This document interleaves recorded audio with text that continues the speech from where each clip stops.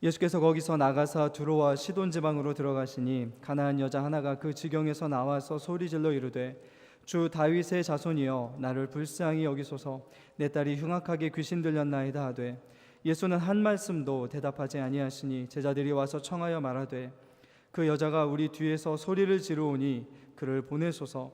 예수께서 대답하여 이르시되 나는 이스라엘 집에 잃어버린 양 외에는 다른 데로 보내심을 받지 아니하였노라 하시니 여자가 와서 예수께 절하며 이르되 주여 저를 도우소서. 대답하여 이르시되 자녀의 떡을 취하여 개들에게 던짐이 마땅하지 아니하니라. 여자가 이르되 주여 올소이다마는 개들도 제 주인의 상에서 떨어지는 부스러기를 먹나이다 하니 이에 예수께서 대답하여 이르시되 여자여 내 믿음이 크도다 내 소원대로 되리라 하시니 그때로부터 그의 딸이 나으니라. 교회의 머리는 우리 주 예수 그리스도 한 분이십니다. 그 어떤 사람도, 그 어떤 조직체도, 그 어떤 내식도 교회의 머리가 되어줄 수 없습니다. 그리고 교회는 우리 주 예수 그리스도 머리 되신 분으로부터 하신 말씀, 곧 하나님의 말씀으로만 통치되어집니다.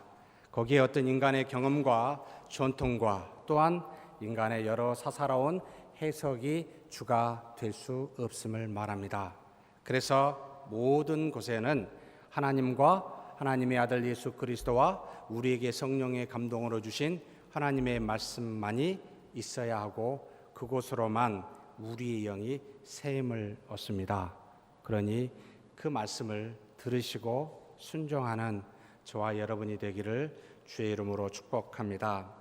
오늘 본문의 말씀은 예수님께서 한 여인을 만나 귀신 들린 딸을 고쳐줌으로 인하여 그 여인에게 큰 믿음이 있다라는 이 내용을 가지고 은혜를 나누고자 합니다.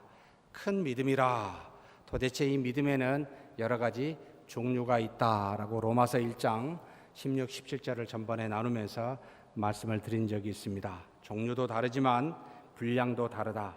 작은 믿음의 분량이 있는가 하면 큰 믿음의 분량이 있는데 예수님께서 이방 땅의 이 여인을 보고 큰 믿음을 가진 자라라고 지칭하였는데 도대체 어찌하여 그와 같은 큰 믿음을 가졌을까? 우리도 그런 믿음의 소유자가 되었으면 해서 함께 이 말씀을 나눴으면 좋겠습니다. 예수께서 거기서 나가사, 거기는 아마도 그분이 오랫동안 머물러 계셨던 가버나움일 거라고 추측합니다. 바로 갈릴리 땅 가버나움에 거기에서 나가사 두로와 시돈 지방으로 들어가시니, 두로와 시돈이라고 말할 때는 예전의 가나안 땅을 말합니다. 사실 가나안 땅을 말할 때는 모세와 여호수아에게 가나안 땅이라 지칭하여 그곳을 아브라함에게 약속한 것을 주신, 그것을 정복하라 주신 땅인데 예수님 당시에는 이쪽 땅을 베니게라고 불렀습니다. 그러나 옛 지명으로는 가나안 땅이라 했는데 그곳의 도시, 가장 큰 도시입니다. 바로 두로와 시돈, 당대의 지중해에서 무역업을 해서 굉장히 돈을 많이 벌었었던, 그래서 백향목이 있어서 솔로몬과 다윗 당시에 백향목을 보내서 그 성을, 다윗성을 짓게 하고 예루살렘에 하나님의 성전을 짓게 하는데 굉장히 큰 도움을 주었었던 그런 지방이기도 합니다. 어찌되었든 예수님께서 위로 올라가신 거예요. 이게 상당히 의문이 되는 겁니다. 왜냐하면 유대 땅, 예루살렘이 있는 이 유대 땅은 남쪽이었기 때문에 항상 갈릴리에서 사마리아를 관통하여 이 예루살렘으로 가는 길이 일반적인 유대인들의 행로인데 예수님은 갈릴리에 있으면서 그 밑으로 가기보다는 유대 땅과 멀어진 위쪽으로 올라가고 있더라라는 것이디요. 두로와 시돈을 왜 갔을까? 이제 의문이 들기 시작을 합니다. 거기를 다른 때 가본 적은 없고 이때밖에 가지 않았다라고 기록이 되어 있습니다만 왜 가셨을까라고 보게 될 때는 마가복음 7장 24절 동일한 본문의 내용을 복음서에서 또 다르게 적어놓은 본문입니다. 거기에 보니까 한 집에 들어가, 곧 그 두로와 시돈 지방에 가서 한 집에 들어가 아무도 모르게 하시려고 라고 하는 그런 표현이 되어 있습니다. 다시 말하면 예수님께서는 이 가버나움을 피해서 위에 있는 두로와 시돈에 가서 한 집에 들어가 아무도 모르게 하고 싶었던 그런 이유를 이 마가가 기록해 놨습니다. 무슨 뜻일까요? 예수님은 자타가 공인한 유명한 인물이었습니다. 하나님의 능력이 나타나 귀신을 쫓아내고 병자를 나게 하고 심지어 죽은 자를 살리기까지 했었던 예수님이었기에 주변에는 그를 믿든 믿지 않든 굉장히 많은 사람들이 예수님 주변에 항상 차고 넘치게 되었습니다. 그들만이 아니었습니다. 이걸 시기심으로 별로 좋지 않게 바라보는 유대인, 바리새인과 유대교의 지도자였던 제사장들도 또한 이 예수님을 주목하고 있기에 한시도 예수님은 자유롭지 못하였습니다. 그래서 이걸 피하고 싶었던 겁니다. 왜요? 사람이 많으면 지금은 좋지요. 인기가 많고 연예인들은 사람이 많아야 좋고 장사도 사람이 많아야 되고 모든 것에 사람이 넘쳐야 상업도 잘 되고 모든 것이 잘 되는 현대에 사람이 없는 것은 별로 좋지 않습니다. 지금 우리 서문교회 구시가지라고 신에서 구로 바뀌어서 신시가지는 사람이 많이 모이고 구시가지는 적게 모여서 별로 안 좋습니다 라고 제가 몇 번 어떤 분들한테 들은 적이 있습니다만, 예수님은 신을 시가지를 피해서 구 쪽으로 들어와 시돈으로 가셨습니다. 왜 그러셨을까? 남에게 아무에게도 모르게 하시려고 자신만의 시간을 갖고 싶어서. 사람이 많으면 자신을 돌아볼 시간이 없습니다. 조용한 시간이 필요했습니다. 군중을 피하고 싶었습니다.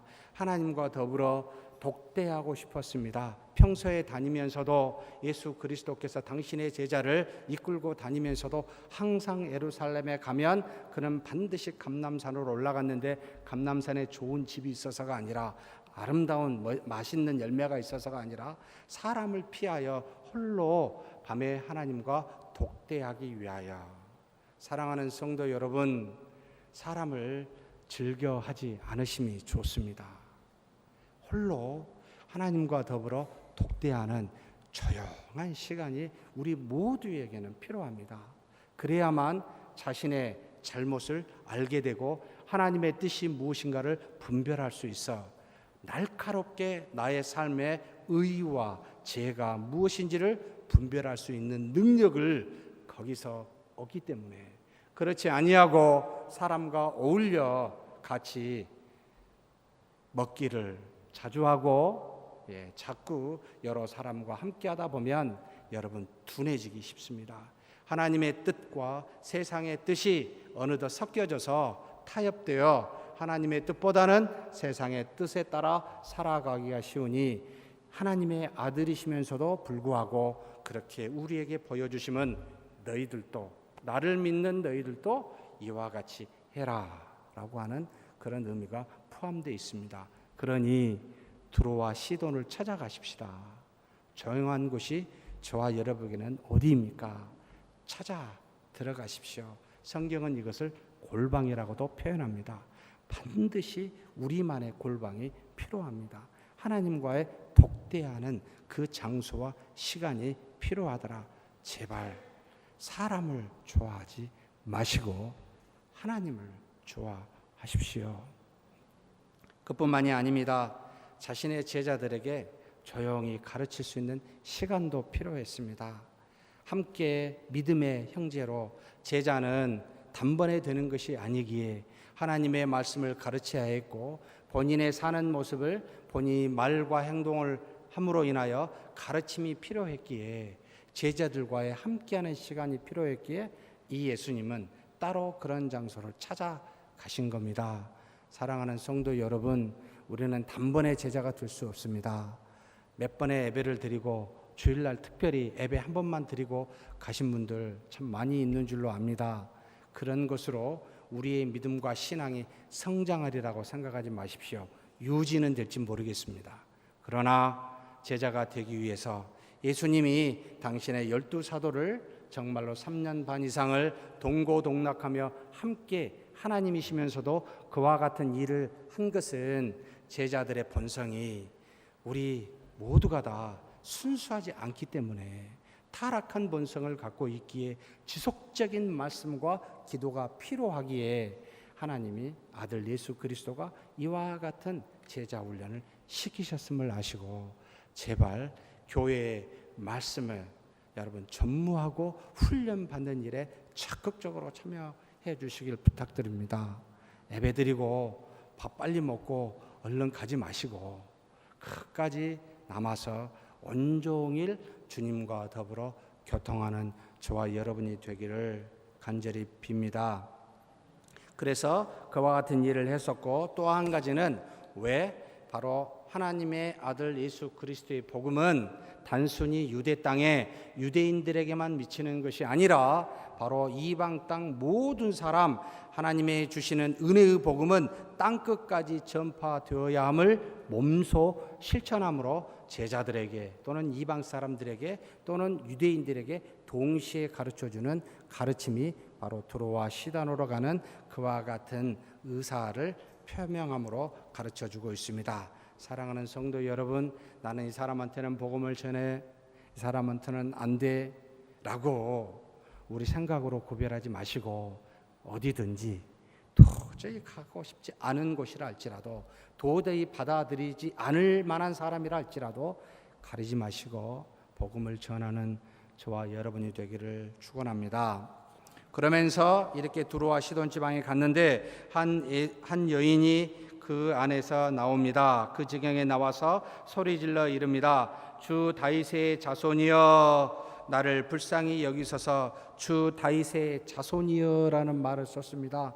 참 귀한 고백입니다. 아무도 예수님을 향하여 유대인이라 할지라도 다윗 왕을 그들의 위대한 왕이라고 존경하고 아는 자들이라 할지라도 예수님을 향하여 다윗의 자손이여라고 외치는 사람은 많지 아니하였습니다. 특별히 바리새인이나 제사장 같은 사람은 더더욱 예수님을 향하여 이런 명칭을 써본 적이 없습니다. 오히려 갈릴리에 무슨 선한 것이 날 수 있나, 나사렛 예수라라고 하여 한마디로 저 시골댁이 누구 아니야? 아무개 아니야? 라고 말하는 정도에 그쳤습니다. 그런데 여리고성에 예수님이 들어갈 때 바로 그곳에서 눈봉사 둘이가 다윗의 자손이여 나를 불쌍히 여기소서 외쳤고, 예수님께서 마지막 한 주간 당신의 고난을 이루기 위하여 예루살렘에 입성했을 때도 예루살렘의 백성들이 나와 호산나 호산나 다윗의 자손이여라고 외쳤던 그 다윗의 자손을 이 이방 땅 바로 이 여인에 의해서 외쳐지고 있었습니다. 무슨 말입니까? 바로 하나님께서 이사야를 통해 수많은 선지자를 통하여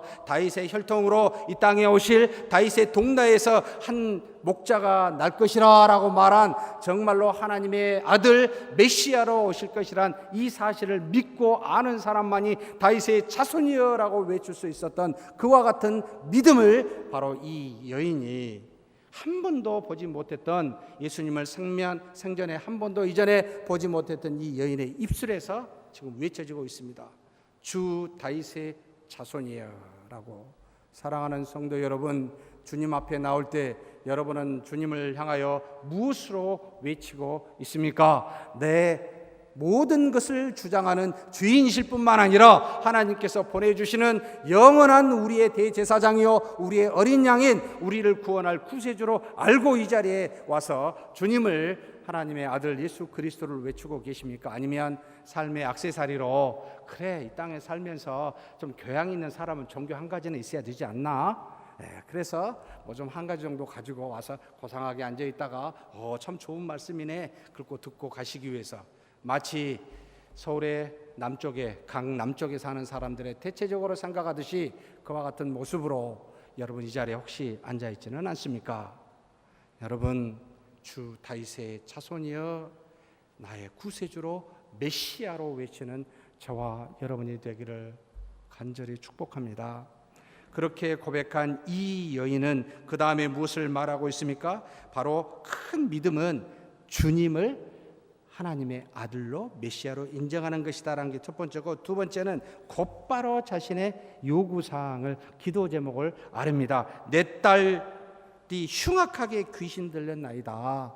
고쳐주소서라는 뜻이지요. 여러분, 큰 믿음의 두 번째 조건은 하나님 앞에 자신의 문제를 그저 정직하게 드러내십시오. 여러분, 창피하다고 생각하지 마십시오. 저와 여러분 다 까보면 말하지 않아서 그렇지 정말 더럽습니다. 냄새 납니다. 정말 창피한 일 많습니다. 그러니 여러분, 하나님 앞에 우리의 마음을 감찰하시는 하나님 앞에 하나도 숨기지 마시고 사람한테는 숨겨야 돼요. 왜냐하면 사람한테 기도 제목 한다고 내보면 기도 안 하고 소문내요. 그러니까 기도 제목을 여러분 사람한테는 많이 내지 마십시오. 그러나 하나님 앞에서는 여러분 모든 것을 알고 계시는 하나님 앞에 정직하게 드러내십시오. 바로 이 여인이 여러분 자신의 딸이 귀신 들렸다는 걸 알려주고 싶었겠어요? 그것 때문에 얼마나 많은 고난과 비판과 비난과 손가락질을 당했겠습니까? 그럼에도 불구하고 주 예수 앞에, 그리스도 앞에 내 딸을 흉악한 귀신 들렸나이다 라고 말하며 정직하게 나아가는 기도, 간구하는 자세가 큰 믿음의 두 번째 요소입니다.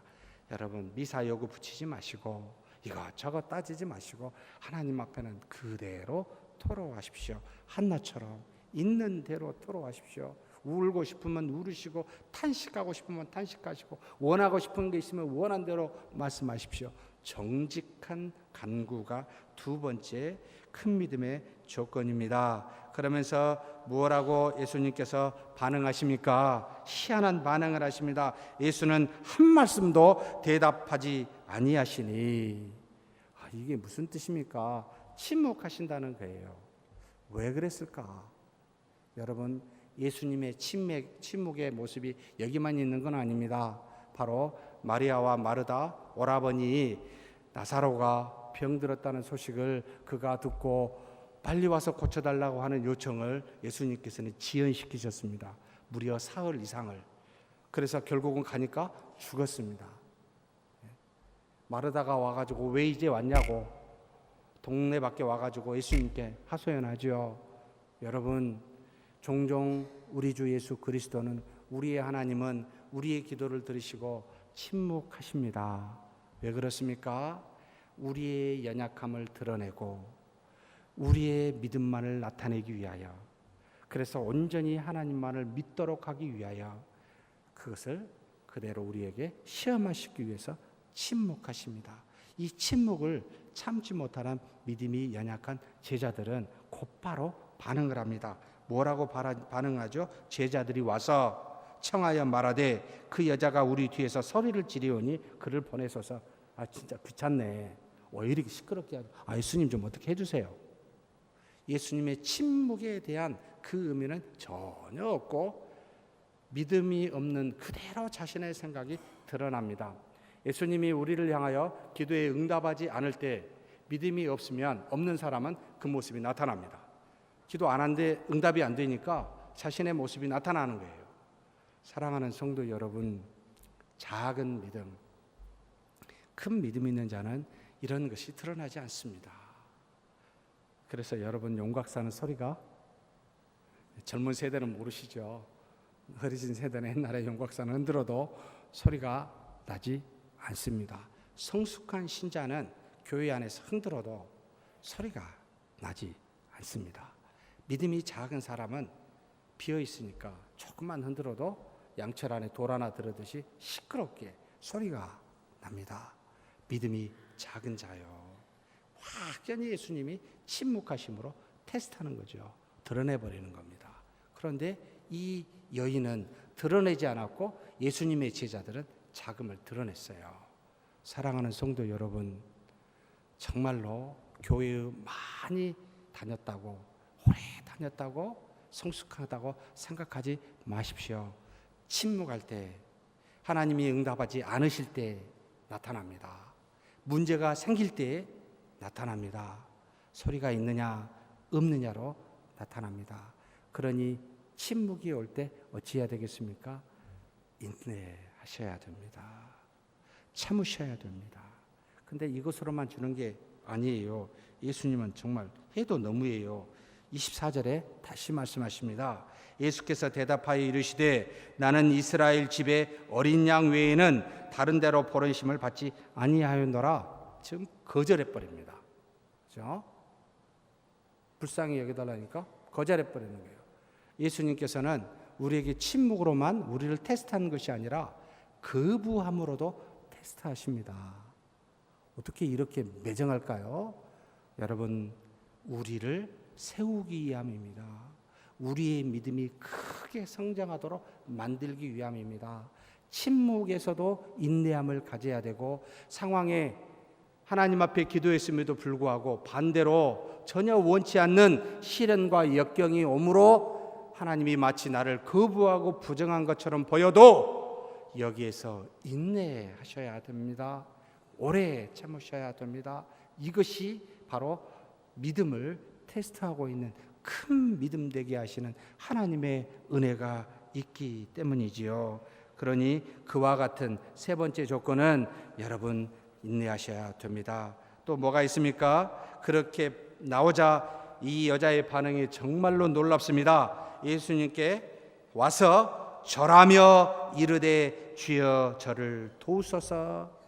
이 침묵과 거부에 절대로 굴하지 않습니다. 오히려 예수님께 멀리 있었는데 더 가까이 와서 그분 앞에 절하고 그 다음에 다시 간구합니다. 저를 불쌍히 여기소서 도우소서라고. 오히려 그럴수록 더 주님께 가까이 가는 이 여인의 모습.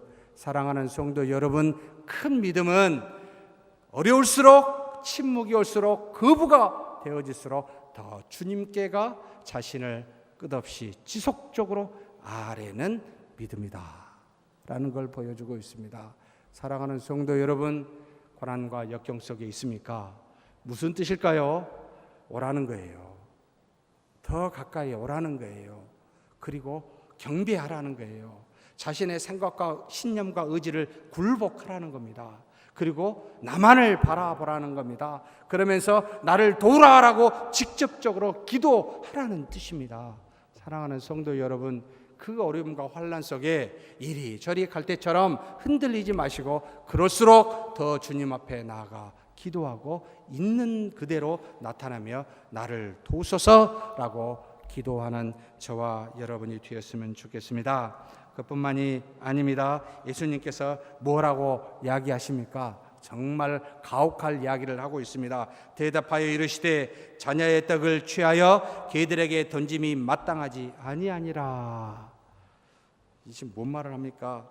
내가 너에게 줄 은혜는 너에게 줘야 될 것이 아니라 이건 자녀의 떡이다. 누구 떡이죠? 바로 이스라엘 유대인들에게 줄 떡이다라고 말하고 있습니다. 그런데 개들에게, 너 같은 이방인은 개들이죠. 유대인들이 다 예수님만 가지고 있었던 그런 개념은 아니에요. 모든 이방인들은 개들과 같아서 그들을 피했던 게 유대인들이었습니다. 예수님께서 그런 생각을 하고 개들에게 던짐이 마땅하지 아니하니라.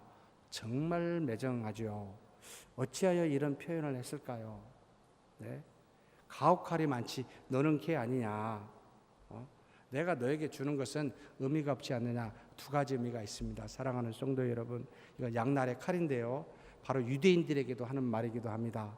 하나님이 택하여 이스라엘 백성으로 양으로 삼았던 너희들, 그런데 너희들이 나를 알지 못하고 버림으로 하나님의 잃어버린 양이 되었도다. 하나님으로부터 주시는 구원의 은혜로부터 벗어났도다 라고 말하면서, 그러면서 뭐요? 원래 이 떡은 구약시대부터 모세를 통하여 하나님의 말씀으로 준 너희에게는 택한 백성으로 하나님이 누구신지를 알고 하나님의 뜻이 무엇인지를 알게 했었던 그런 은혜를 준 너희들인데, 지금 너희들이 그 은혜를 버리고 그 안에서 말씀하신 바 은혜의 완성이신 그리스도를 알지 못하는 너희들을 어찌하여 깨닫지 못하느냐라고 한쪽으로 치고 계시고, 동시에 이방인들에게는 이들이 먼저요, 너희들이 다음이다. 그러나 너희들을 내가 버린 것이 아니다라고 하여 사실 이 여인에게 가혹할이 많지 이와 같은 것으로 테스트하면서, 예수님 당신이 이와 같이 잃어버린 이방인들도 하나님께서 찾으사 보내사 그렇게 구원하러 오신 분임을 동시에 이야기해 주고 있는 역설적인 표현이기도 합니다. 그래서 어찌 개들에게 던짐이 마땅하냐라고 하면서 이 여인으로부터 듣고 싶은 말이 있었던 거예요. 사실 미리 알고 계셨어요. 그래서 여자가 이릅니다. 주여 올소이다마는 개들도 제 주인의 상에서 떨어지는 부스러기를 먹나이다라고 말합니다. 드디어 위대한 믿음의 고백이 나타납니다. 왜 위대합니까? 자신을 먼저 뭐로 여겼어요?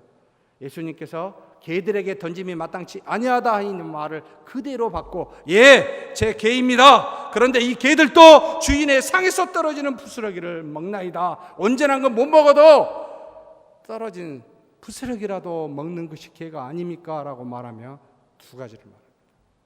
자신의 하나님 앞에서 죄악된 고개를 들 수 없는 나는 개 같은 존재입니다 라고 하는 겸손을 보여주고 있고, 그럼에도 불구하고 나는 하나님이 주신 부스러기라도 먹어야 됩니다. 내가 이것이 없이는 내 문제를 해결할 수 없습니다 라고 하는 확고한 믿음을 갖고 있습니다. 하나님이 조그만 것이라도 나는 필요한 존재입니다. 그러니 이런 은혜를 나에게 주십시오. 나는 주지 아니하면 절대로 떠나지 않겠습니다 라고 하는 이런 마음의 믿음의 자세가 이 속에 숨어 있었습니다.